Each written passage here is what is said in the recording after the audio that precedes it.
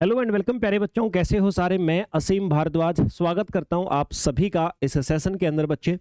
सो आ जाइए जल्दी से अपने सेशन के अंदर और शुरू करते हैं अपनी आज की कक्षा को बच्चे। अभी हम जानते हैं और आगे बढ़ाते हैं अपने इस कंसेप्ट को, और जहां से अक्सर एग्जाम में क्वेश्चंस हमारे पास बनते हैं बच्चे। क्या चीज होगी? ये होगा बच्चे generation of genomic and cDNA library. Generation of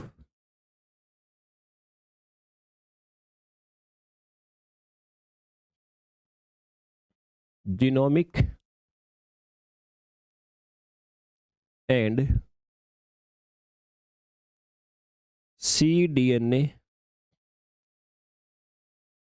library. यानी सर जीनोमिक व cDNA लाइब्रेरी का निर्माण। ठीक है, ओके सर। कई बार इसके साथ एक और टर्म लिखी आ जाती है। ठीक है, कई बार एक और टर्म लिखी आ जाती कि भाई library in plasmid, cosmid, BAC, YAC। मतलब इसके साथ कई बार ऐसे लिखा आ जाता है इन प्लाज्मिड, कोज्मिड, BAC, YAC, ऐसे भी लिखा आ जाता, कोई अलग चीज नहीं है। प्लाज्मिड आप समझते हो, पढ़ चुके हो। कोज्मिड आप पढ़ चुके हो। Bacterial artificial chromosome, yeast artificial chromosome, ये सारी टाइप है एक प्रकार से डीएनए की। Plasmid DNA, cosmid DNA, BAC, YAC, सारे ये टाइप हैं डीएनए की। इनका जिक्र हमारा आ चुका है, हम लोग इनके विषय में पढ़ चुके हो। घनश्याम धाकड़, वेरी गुड मॉर्निंग भाई।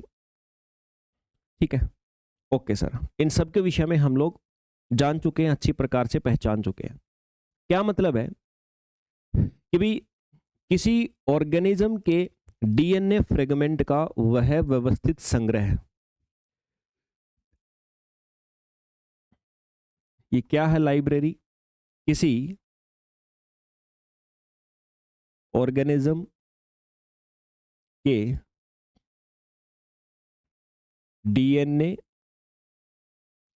डीएनए फ्रेगमेंट का वह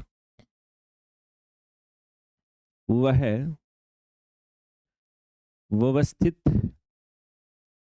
संग्रह होता है। वह व्यवस्थित संग्रह होता है। जैसे लाइब्रेरी के अंदर सभी अलग अलग विषयों की, अलग अलग टॉपिक्स की बुक होती है ना बच्चे, वैसे ही सेम टू सेम ये भी डीएनए के टुकड़ों का संग्रह होता है, जिसमें पूरे जीनोम या फिर विशिष्ट भाग के डीएनए टुकड़ों को, जिसमें क्या होता है यहां पर, जिसमें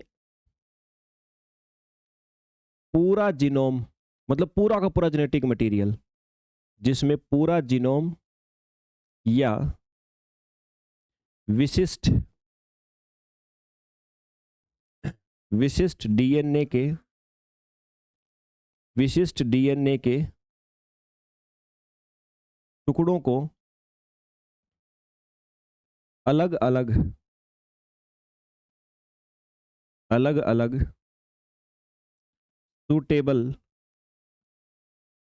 सूटेबल वेक्टर में क्लोन करके होस्ट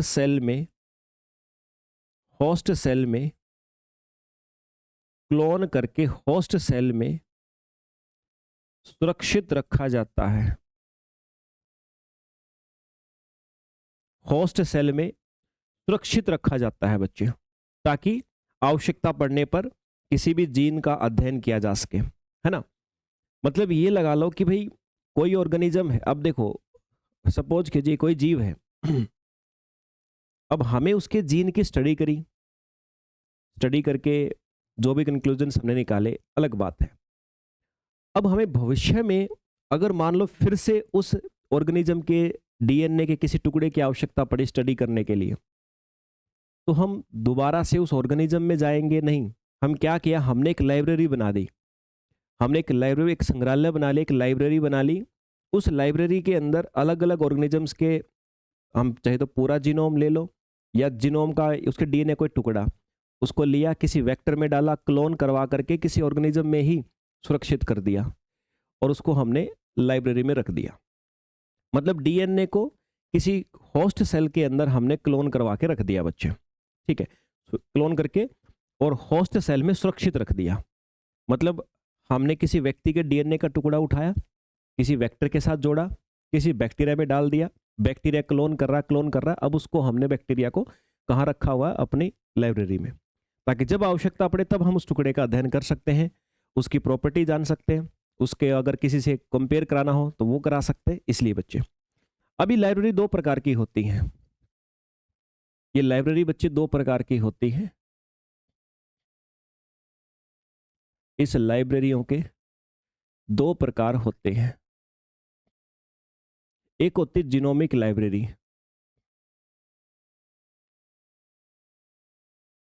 हिंदी में भी यही बोला जाएगा, जीनोमिक लाइब्रेरी के नाम से बच्चे जिसको हम लोग जानते हैं सर, ठीक है। एक होती बच्चे आपकी जीनोमिक लाइब्रेरी। जीनोमिक लाइब्रेरी का क्या मतलब समझेंगे आप, किसी ऑर्गेनिज्म के पूरे जीनोम को हमने क्या कर रखा है मेरे भाई, संग्रह कर रखा है पूरा जीनोम। यानी अगर लाइब्रेरी में किसी ऑर्गेनिज्म के पूरे जीनोम को संग्रहित कर रखा हो, ठीक है, पूरे जीनोम को अगर हमने संग्रहित कर रखा है मेरे भाई, अगर पूरे जीनोम को हमने सिक्योर कर रखा है अगर, तो हम बोलेंगे जीनोमिक लाइब्रेरी। मतलब पूरे जीने का मतलब कोडिंग और नॉन कोडिंग दोनों सेगमेंट। देखो डीएनए जो होता है उसमें दो प्रकार के सेगमेंट होते हैं, एक कोडिंग और एक नॉन कोडिंग, ये पढ़ चुके हो आप लोग, कोडिंग और एक होता है नॉन कोडिंग हिस्सा, ठीक है। कोडिंग और नॉन कोडिंग दोनों ही प्रकार के बच्चे हिस्से होते हैं। ये कोडिंग सेगमेंट मतलब जो किसी न किसी प्रोटीन बनने के लिए कोड करता है, डीएनए का वो टुकड़ा जो किसी न किसी प्रोटीन बनने के लिए कोड करता है, और नॉन कोडिंग का मतलब होता है वो टुकड़ा जो किसी भी प्रोटीन बनने के लिए कोड नहीं करता है। दो हिस्से होते हैं उसमें, तो दोनों को हमने संग्रहित करके रख लिया, पूरा का पूरा डीएनए को हमने संग्रहित कर लिया, तो उसको बोलते हैं बच्चे जीनोमिक लाइब्रेरी। एक होता है सी डीएनए लाइब्रेरी, दूसरी टाइप जो होती है, दूसरी होती है सी डीएनए लाइब्रेरी। सी मतलब समझ गए ना, complementary DNA library, complementary DNA library, पढ़ा था आपने इस बात को। इसमें क्या करते हैं, इसमें किसी विशेष टिश्यू या सेल टाइप में एक्सप्रेस होने वाले जीन से बनी डीएनए फ्रेगमेंट को लाइब्रेरी होती है बच्चे। मतलब इसमें क्या होता है, विशेष डीएनए के टुकड़े रखे, पूरा डीएनए नहीं रखा जाता, विशेष कोई स्पेशल डीएनए फ्रेगमेंट की लाइब्रेरी है। और इसमें सारे डीएनए का इसमें वही टुकड़ा होगा जो क्या होगा, जो कोडिंग होगा। मतलब किसी स्पेसिफिक डीएनए का कोई टुकड़ा जो किसी स्पेसिफिक अमीनो एसिड बनाने के लिए होता है, तो सिर्फ उसी को हम किसी जीव के अंदर सुरक्षित कर देते हैं और उसकी एक लाइब्रेरी, एक संग्रहालय बना देते हैं बच्चे, वो सी डीएनए लाइब्रेरी होता है, ठीक है। अब ये जो हम लोग, मैंने कहा कि भाई हम डीएनए को क्या करते हैं, किसी दूसरे वेक्टर की सहायता से किसी होस्ट सेल में डालते हैं, तो भाई कौन कौन से वेक्टर के साथ में जोड़ते हैं, वेक्टर तो अब समझ में आ गया ना, जिसके साथ जोड़ के और किसी जीव में डाला जाता है। तो वेक्टर कौन कौन से यूज होते हैं, उसी के आधार पे वो नाम कई बार यूज कर लेते हैं। वेक्टर हो सकता है भाई, हम डीएनए को सुरक्षित रखने के लिए किसी होस्ट सेल तक पहुंचाने के लिए जो वेक्टर्स का यूज करते हैं, जो वाहक का यूज करते हैं, तो वो कौन कौन से हो सकते हैं। हो सकता है कोई प्लाज्मिड वेक्टर हो, यानी प्लाज्मिड डीएनए हो बच्चे, हो सकता है ना, बिल्कुल हो सकता है सर। कोजमिड हो, कोजमिड डीएनए हो सकता है, बीएसी हो सकता है, वाईएसी हो सकता है, yeast artificial chromosome, bacterial artificial chromosome, पीछे हम इनकी पूरी परिभाषा लिख चुके हैं। तो बच्चे कोई ना कोई वो क्या हो सकता है सर, अपने पास कोई भी वेक्टर हो सकता है। इसी के आधार पे हम लोग ये ऐसे नामों का उपयोग कर लेते हैं कई बार, जो हमें लगता है कि यार ये क्या चीज़ है, तो कुछ अलग चीज़ नहीं है, बस वो जिस वेक्टर की सहायता से आप कंजर्व करते हो, जिस वेक्टर के साथ जोड़ के उस टुकड़े को आप सुरक्षित करते हो किसी होस्ट सेल में, उसके आधार पे हम ये नाम यूज कर लेते हैं, बाकी कुछ नहीं है। ठीक है सर, तो ये लाइब्रेरी वाली बात हो गई बच्चे। अक्सर यहाँ से क्वेश्चन हमें देखने को मिलते हैं, तो आप लोग भी इस बात को याद रखिएगा। Okay sir,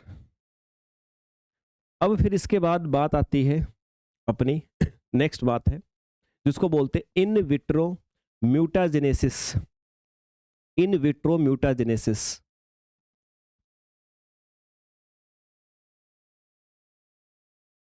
in vitro mutagenesis, या फिर आप बोल सकते हो डिलीशन टेक्निक। डिलीशन टेक्निक के नाम से बच्चे आप इसको बोल सकते हो, या फिर जीन नॉकआउट, एक शब्द और यूज कर लो, gene knockout. Gene knockout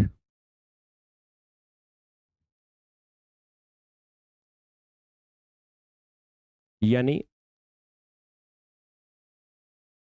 in vitro उत्परिवर्तन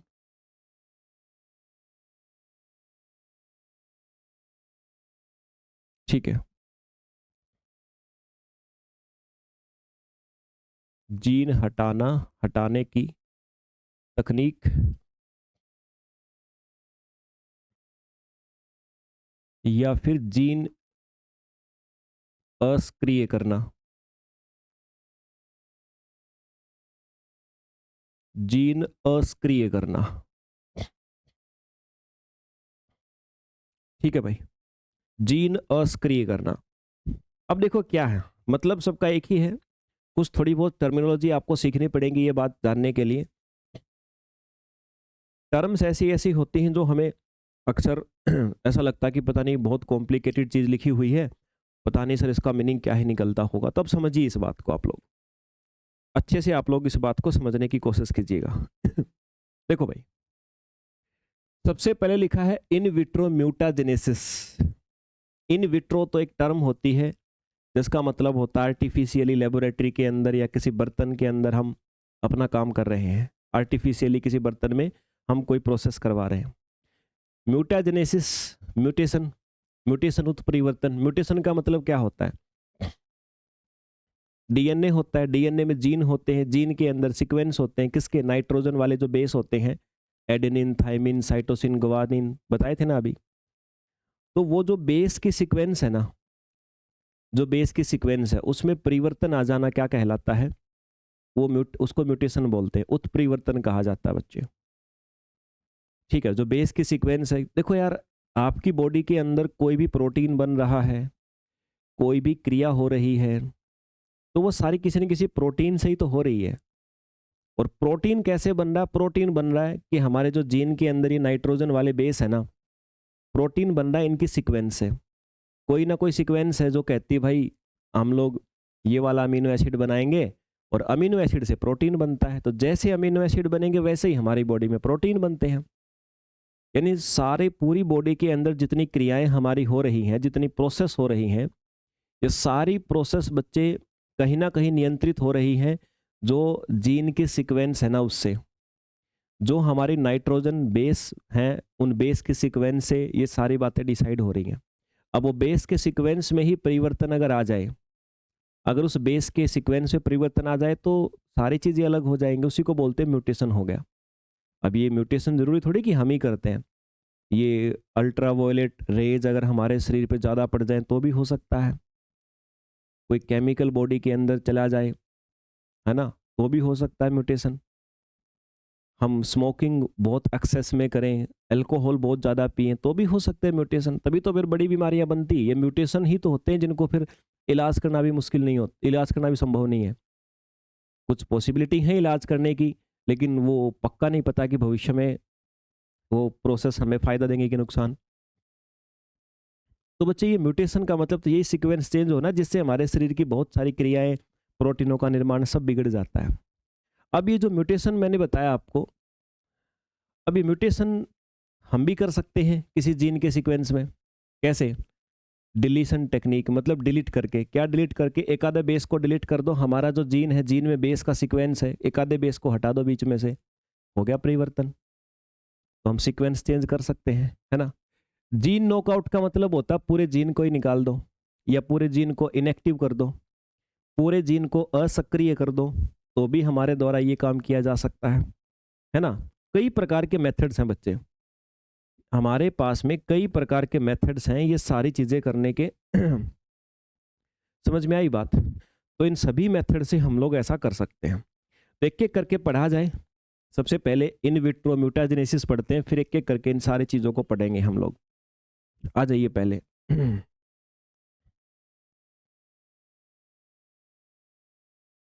in vitro mutagenesis,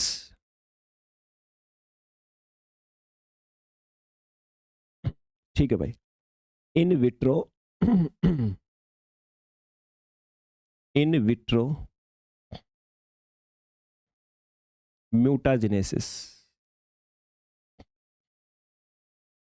in vitro mutagenesis बच्चे जिसको कहा जाएगा, क्या प्रोसेसर? उत्परिवर्तन, मतलब इन विट्रो उत्परिवर्तन वह तकनीक जिससे डीएनए के किसी भी इच्छित परिस्थितियों में कृत्रिम रूप से उत्पन्न किए जाते हैं।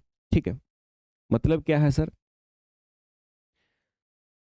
सिंपल सी बात है।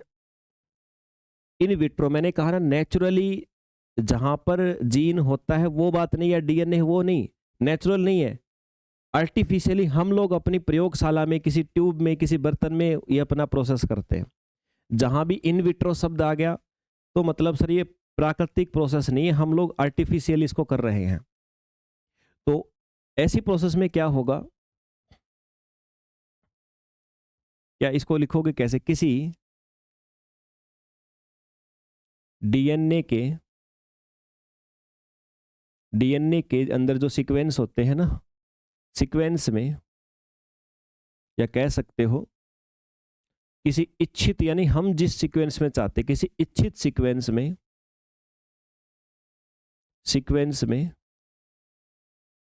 परिवर्तन, किसी इच्छित सीक्वेंस में परिवर्तन अगर अगर हमारे द्वारा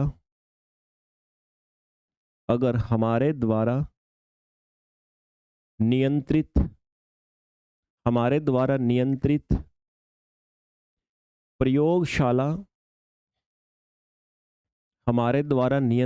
प्रयोगशाला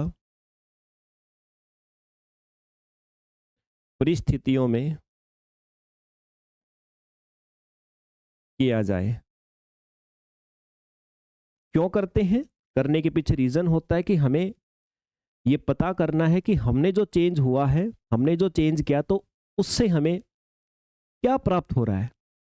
भाई हमने जो डीएनए में सीक्वेंस है ना, जो नेचुरल है, ठीक है, लेकिन अगर इसको हम ऐसे की बजाय सीक्वेंस को ऐसा बदल दें तो क्या हमें शरीर में कोई नया प्रोटीन बन सकता है क्या?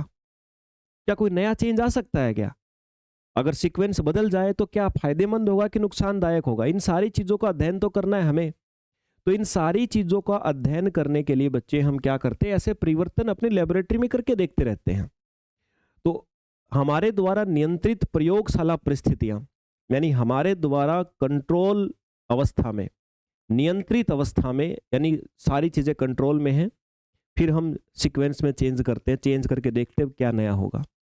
तो ये होता आपका इन विट्रो म्यूटाजेनेसिस, मतलब ये परिवर्तन आपका इन विट्रो कहलाता है। ठीक है, यानी कहने की बात ये भाई कि सेल के अंदर अपने आप से सीक्वेंस में, मैंने कहा ना सीक्वेंस में चेंज अपने आप भी हो सकते हैं। किसी कोई व्यक्ति अल्ट्रावायलेट पराबैंगनी किरणों के ज़्यादा संपर्क में आ जाए, बहुत ज़्यादा स्मोकिंग करे, बहुत ज़्यादा ड्रिंकिंग करे, तो अपने आप भी हो सकता है। लेकिन अपने आप होने की बजाय हम लोग उठाएं सेल को, प्रयोगशाला में लेके जाएं और खुद से परिवर्तन करके देखें कि भाई ये परिवर्तन होने के बाद क्या हो रहा परिणाम, तो वो कहलाता इन विट्रो म्यूटाजेनेसिस के नाम से जाना जाता है बच्चे। ठीक है ना, ओके सर। अब इसके कुछ प्रकार हैं, एक दो ध्यान रखिएगा बच्चे। एक होता है साइट डायरेक्टेड म्यूटाजेनेसिस। जो म्यूटाजेनेसिस है ना, ये हम कर रहे हैं, इसके दो टाइप हैं, 2 टाइप हैं बच्चे। और बहुत आसान सी बात है, बस शब्दों से ही समझ जाना कि क्या कहना चाह रहा है ना। एक मैंने कहा देखो, जो टाइप में साइट डायरेक्टेड म्यूटाजेनेसिस, और एक होता है रैंडम म्यूटाजेनेसिस। एक लिखा मैंने साइट डायरेक्टेड म्यूटाजेनेसिस, और एक होता है बच्चे रैंडम म्यूटाजेनेसिस। ठीक है, दो प्रकार का होता है। एक होता है साइट डायरेक्टेड म्यूटाजेनेसिस और एक होता है बच्चे रैंडम म्यूटाजेनेसिस। ठीक है, दो प्रकार का हमें ये देखने को मिलता है सर, हमारे सामने हमें देखने को बच्चे मिलेगा।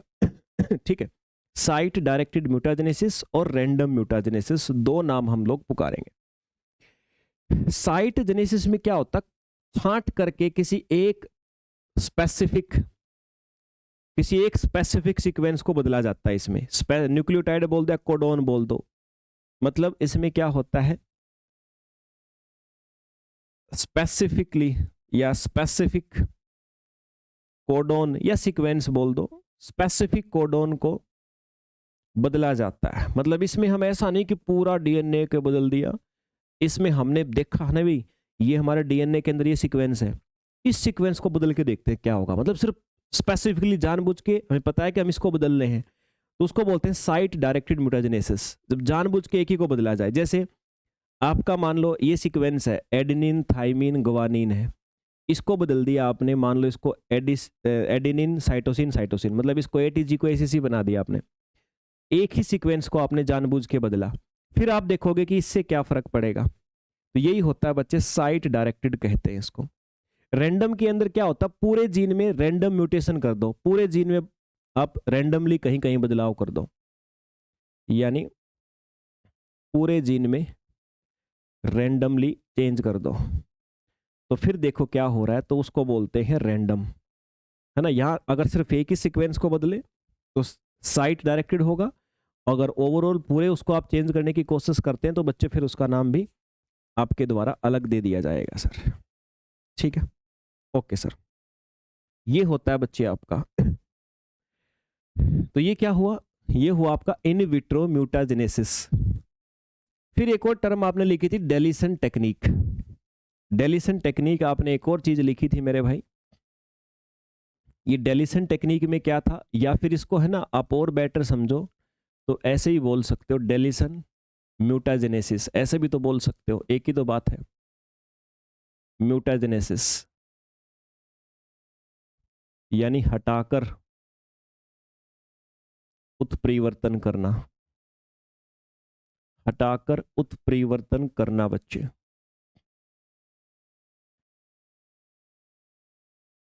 ठीक है भाई, हटाकर उत्परिवर्तन करना। एक होता है बच्चे आपका हटाकर उत्परिवर्तन करना। ये दो प्रकार की मेथडोलॉजी है। ठीक है, दो प्रकार की मेथडोलॉजी है बच्चे। ये भी म्यूटाजेनेसिस का ही एग्जाम्पल है। किरण वेरी गुड मॉर्निंग भाई। तो हटाकर भी हम कर सकते हैं, डेलीशन टेक्निक बोल दो या डेलीशन म्यूटाजेनेसिस। मतलब क्या, देखो वहां पे हमने क्या किया था, हमने सीक्वेंस बदला था, हमने जो म्यूटेशन किया था वो सीक्वेंस बदला था कि भी एटीजी का एसीसी कर दिया, है ना, तो बेस का सीक्वेंस बदला था, तो वो अपना इन विट्रो हो गया था। डिलीशन म्यूटाजेनेसिस में क्या करते हैं बच्चे, वह तकनीक जिसमें डीएनए या जीन के किसी निश्चित भाग को हम जानबूझकर हटा देते हैं ताकि ये समझ सकें कि प्रोटीन निर्माण में उसका क्या योगदान था। यानी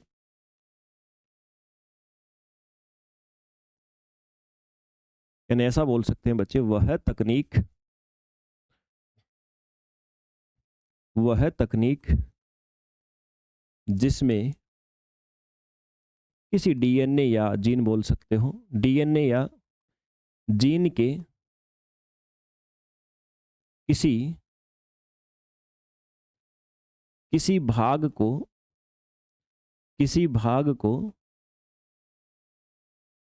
जानबूझकर किसी भाग को जानबूझकर जानबूझकर हटा देते हैं। ठीक है बच्चे, किसी भाग को जानबूझकर हटा देते हैं। ठीक है, किसी भाग को जानबूझकर हटा देते हैं ताकि ताकि यह ताकि यह समझा समझा जा सके कि उस भाग का उस भाग का उस भाग का प्रोटीन अभिव्यक्ति बोल दो, एक्सप्रेशन बोल दो या निर्माण बोल दो, प्रोटीन अभिव्यक्ति या निर्माण में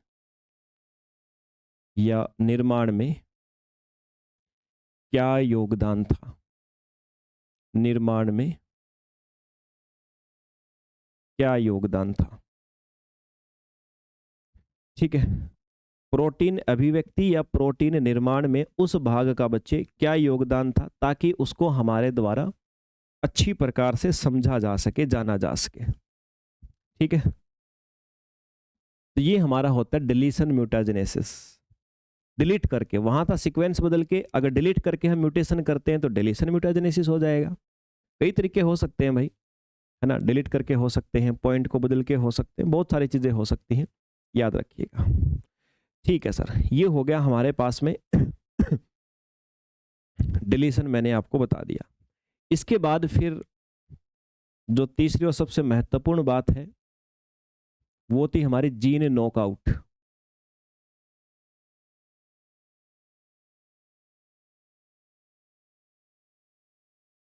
जीन नॉकआउट,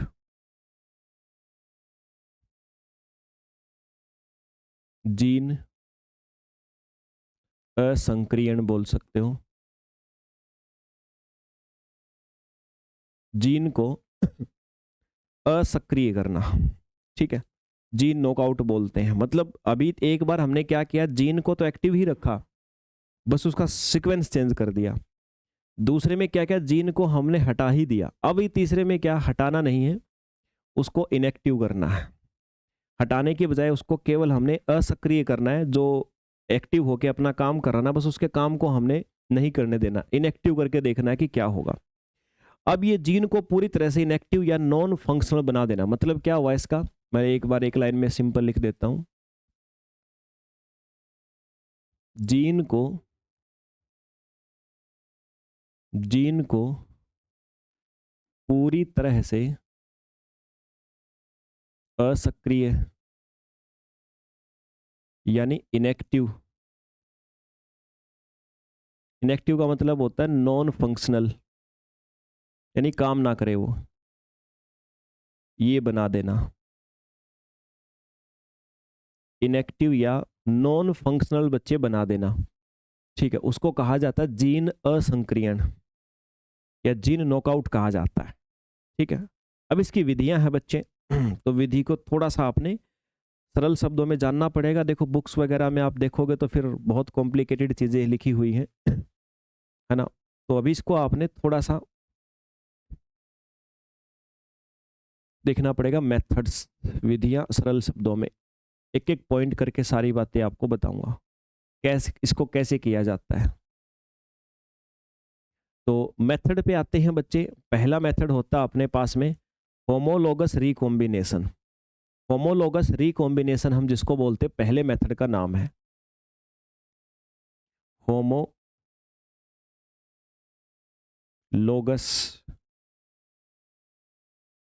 रिकॉम्बिनेशन।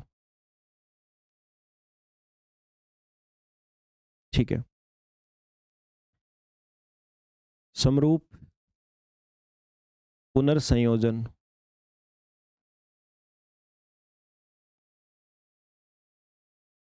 एक पहले आधार तैयार करता हूँ, पहले बेस तैयार करता हूँ कि इसमें इसका मीनिंग क्या है। काम वही होएगा, बस उसको फिर हम अपनी साइंस के लैंग्वेज में पढ़ेंगे कुछ स्टेप बना करके।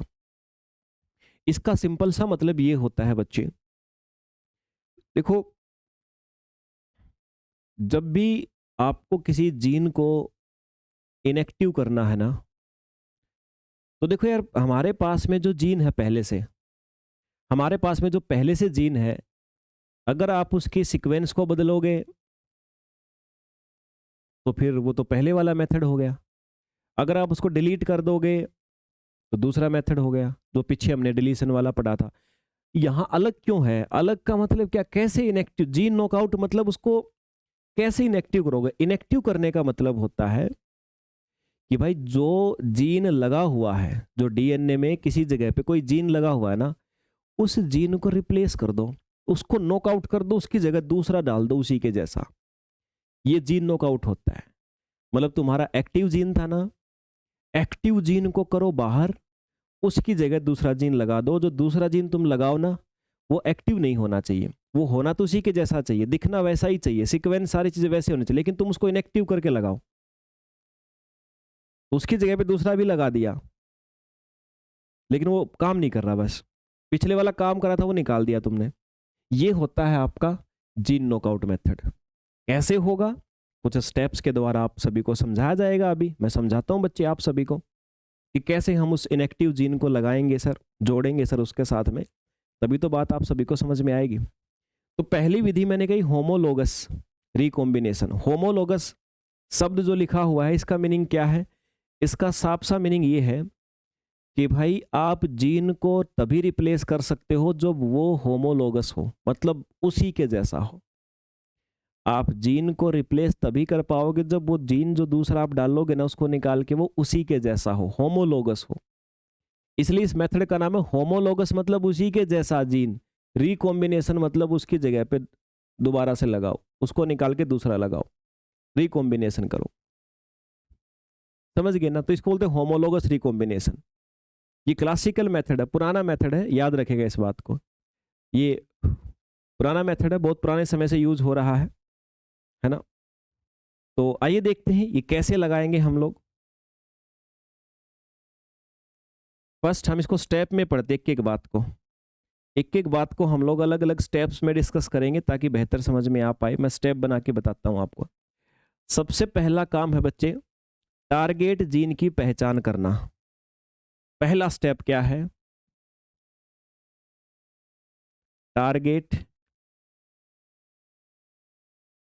टारगेट जीन की टारगेट जीन की पहचान करना सर।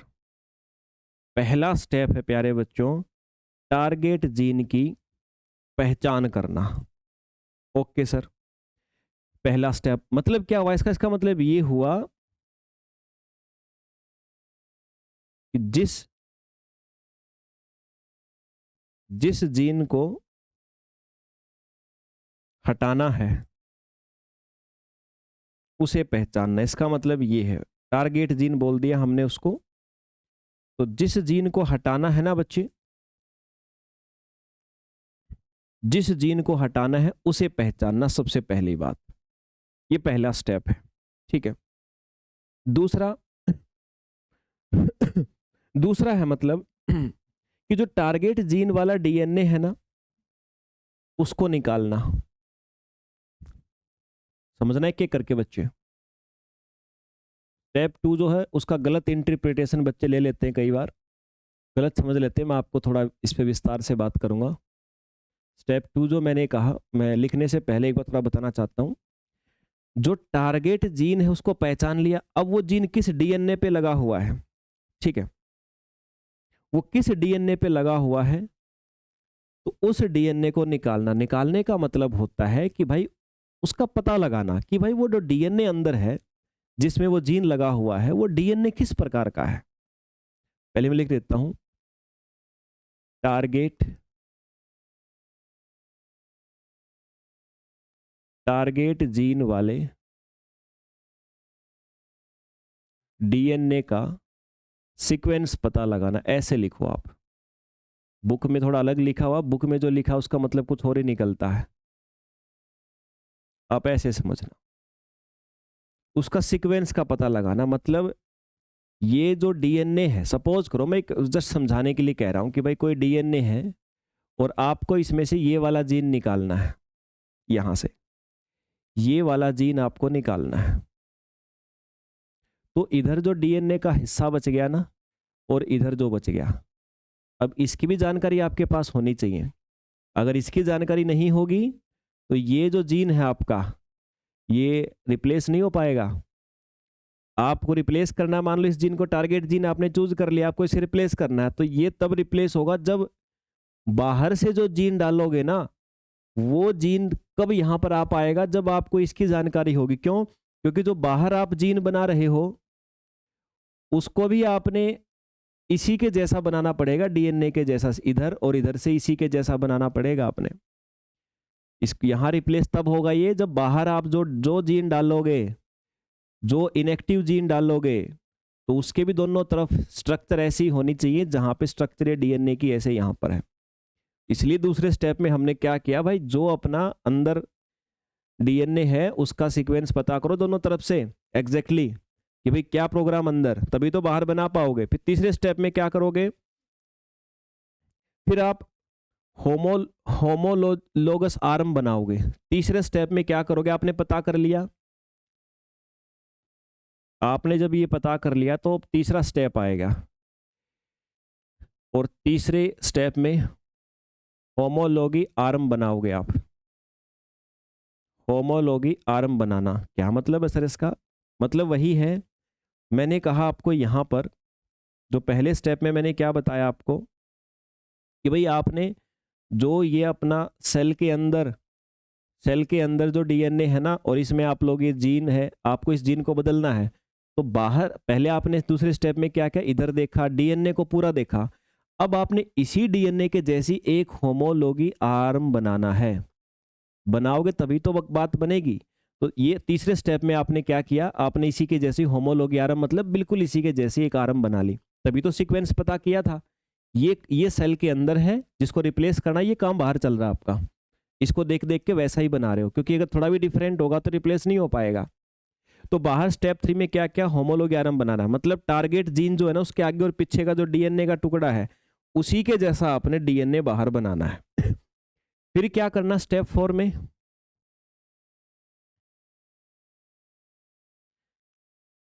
स्टेप 4 में क्या करना है बच्चे, फिर आपने मार्कर जीन को चुनना है। मार्कर जीन को चुनना है मेरे भाई। अब कहोगे सर ये मार्कर जीन को चुनना है, इसका मतलब क्या है भाई? मार्कर जीन का मतलब होता है कि जो लास्ट में सिलेक्शन में काम आए। मतलब आपने जो आप ये डीएनए की आर्म बना के, ये जो डीएनए की आर्म आप बना रहे हो ना, इसके अंदर आपने मार्कर जीन डालना है। मार्कर जीन डालोगे तो ये रिप्लेस करने के बाद हमें पता भी तो करना होता है कि हमारा काम हुआ कि नहीं। तो वो काम तभी होता है जब कोई मार्कर जीन डालते हैं। मार्कर जीन का मतलब होता है कि उसके अंदर कुछ ना कुछ ऐसा होता है कि जो हम बाहर से ही पता लगा लेंगे कि हमने जो डाला था वो है कि नहीं।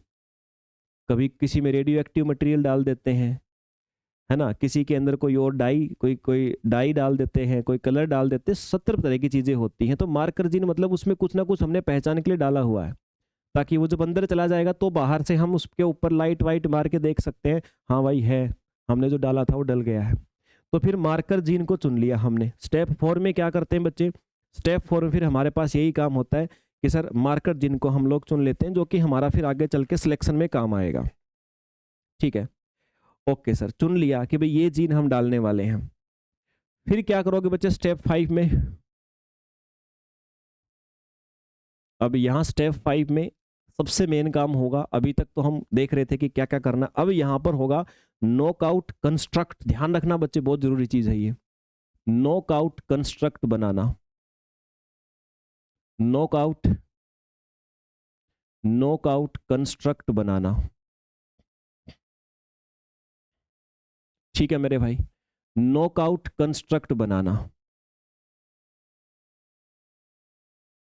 फिर हमारे पास में ये चीज होगा, नॉकआउट कंस्ट्रक्ट बनाना, मतलब इसमें क्या करते हैं मेरे भाई, जो हमारे पास में लैब के अंदर हमने जो डीएनए बनाया है ना, जो हमने बनाया है भाई, हमने अपनी लेबोरेटरी में कहा था, देखो एक तो नेचुरली था जिसको बदलने वाले हैं, एक हमने लेबोरेटरी में तैयार कर रहे हैं। तो उस लेबोरेटरी में जो तैयार कर रहे हैं ना, उस डीएनए या उस जीन के साथ में हम क्या करेंगे मेरे भाई, उसका जो कोडिंग रीजन है ना उसको हटा देंगे और उसकी जगह पे मार्कर जीन को ले लेंगे। मतलब आपको याद होगा कि हम लेबोरेटरी में क्या कर रहे थे, एक ऐसा कुछ प्रोग्राम बना रहे थे, ये जीन था और यहाँ पर वही सेम हिस्सा हमने बनाया था जैसा कि एक्चुअल में जहाँ पे सेल के अंदर जो डीएनए की स्ट्रक्चर है ना वैसे ही हमने तैयार की थी। तो अब इसमें क्या करेंगे भाई, यहाँ पर जो जीन है ना यहाँ पे किसको डाल लेंगे, यहाँ पे मार्कर जीन को डाल लेंगे, मार्कर जीन को डाल दिया, ये बन गया नॉकआउट कंस्ट्रक्ट। मतलब इसको अब हम सेल में डाल लेंगे। सेल में क्या था, सेल के अंदर पहले से ही आपका डीएनए था, उसके अंदर जीन था, ये हमारा टारगेट जीन था जिसको हमें रिप्लेस करना है।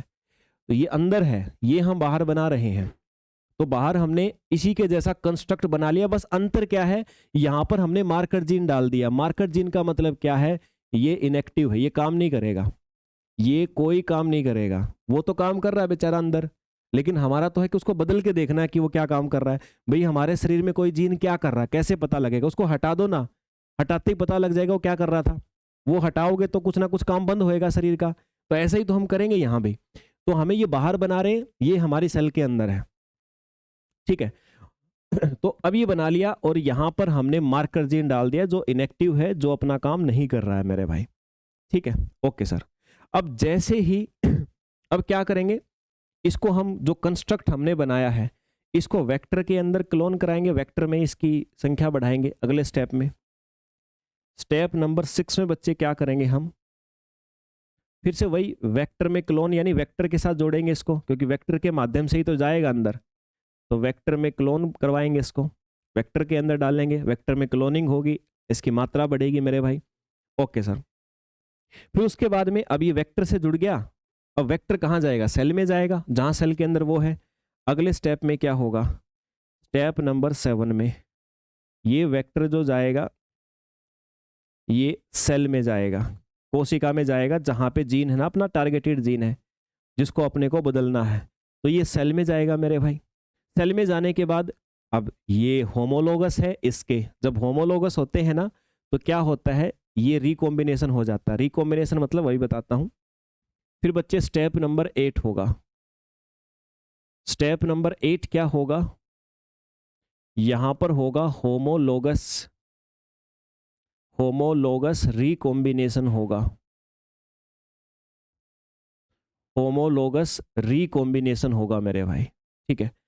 होमोलोगस रिकॉम्बि मतलब दोनों होमोलोगस हैं, एक जैसे हैं। रिकॉम्बिनेशन का मतलब क्या है, रिकॉम्बिनेशन का मतलब है कि कंस्ट्रक्ट का जो डीएनए है ना मेरे भाई, वो क्या करेगा, जो टारगेटेड डीएनए था ना उसके साथ रिप्लेस हो जाएगा। मतलब जो हमने बाहर कंस्ट्रक्ट बनाया था उसका जीन और जो अंदर डीएनए के अंदर जो जीन था जो काम कर रहा था, ये क्या हो जाएंगे, रिकम्बाइन बोल सकते हो, रिकम्बाइन बोल सकते हो या रिप्लेस हो जाएंगे।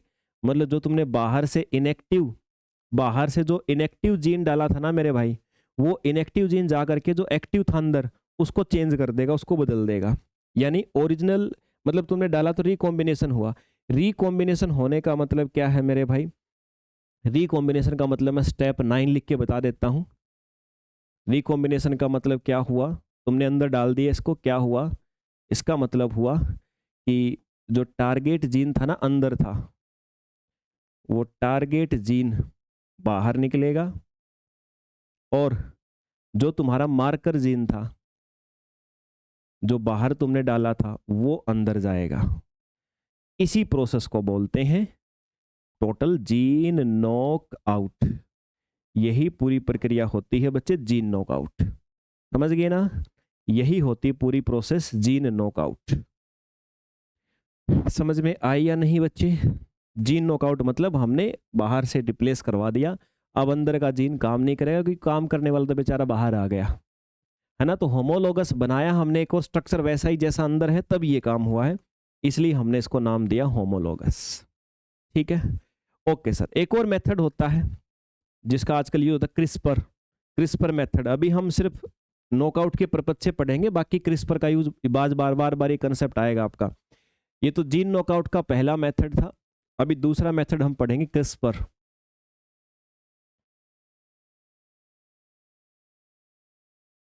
क्रिस्पर मेथड, ठीक है। क्रिस्पर बच्चे बार बार पढ़ोगे इसको, अभी इस पर्पज से पढ़ते हैं। क्लस्टर्ड रेगुलरली इंटरस्पेस्ड, याद रखें, क्लस्टर्ड रेगुलरली इंटरस्पेस्ड, दो भाग में बांट के पढ़ो, याद करो। इंटरस्पेस्ड, पहले तीन टर्म, जो पहली तीन है इनको पहले याद करो, फिर आगे जाना। क्लस्टर्ड रेगुलरली इंटरस्पेस्ड, फिर short palindromic repeats, short palindromic repeats, short palindromic repeats, short palindromic repeats. ये लो भाई, ये फुल फॉर्म होती है क्रिस्पर।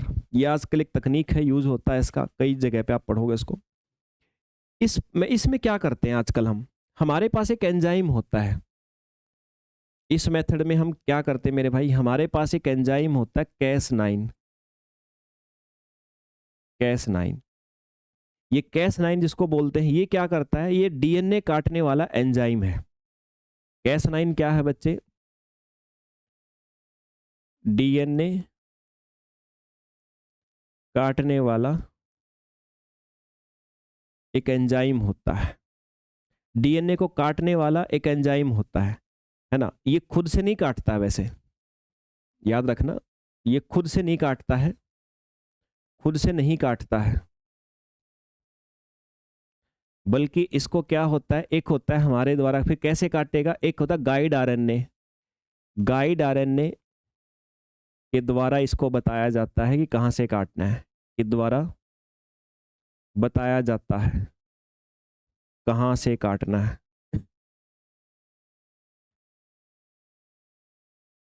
ठीक है, गाइड आरएनए के द्वारा बताया जाता है कहां से काटना है। और ये क्या करेगा, जीन को कट लगा देगा ना, डीएनए को कट लगा देगा। तो ये कट लगाने के बाद क्या हो जाएगा, ये कट लगाने के बाद जीन, जीन आपका रहेगा, लेकिन जीन आपका नॉन फंक्शनल हो जाएगा। मतलब अब जीन, ये इसने कट लगा दिया ना, तो जीन कार्य नहीं करेगा बस। तो ऐसे भी इनएक्टिव किया जा सकता है। ये क्रिस्पर मेथड होता है आजकल, ये आपका मॉडर्न मेथड है, वो क्लासिकल है, ये मॉडर्न मेथड है बच्चों। तो इससे भी हम लोग क्या कर सकते हैं, जीन नॉकआउट कर सकते हैं। तो उम्मीद करता हूं बच्चे ये बात समझ में आई होगी। कोई डाउट है, कोई दिक्कत है तो बता सकते हो बच्चे, ठीक है। पढ़ते रहिए बस, किसी चीज़ की चिंता ना करिए, पढ़ते रहिए, जितना कर सको उतना करो बच्चे। यही एक माध्यम होता है एग्जाम करने का, है ना। यही एक माध्यम होता है, और कोई तरीका नहीं है। जितना पढ़ सकते उतना पढ़िए, जितना ये करिए, अपनी सेल्फ स्टडी कीजिए, है ना। हालांकि जब तक एक बार पूरा कोर्स आप कहीं से नहीं पढ़ लेते हो, तब तक सेल्फ स्टडी तो दिक्कत देती है, क्योंकि ना तो सोर्स अवेलेबल है, ना ही तुम पढ़ सकते हो। क्योंकि स्कूल कॉलेज में तो तुम खराब करके आए हो काम, वहाँ सही होता तो फिर सेल्फ स्टडी कर सकते हैं। तो वहाँ खराब किया तो अब टाइम लगता है चीज़ों में, और जिसने वहाँ अच्छा किया तो अब टाइम नहीं लगेगा, है ना। तो अपनी चीज़ों को पहचानो, पैटर्न को पहचानो। चलिए, तो यहाँ तक आया बच्चे समझ में।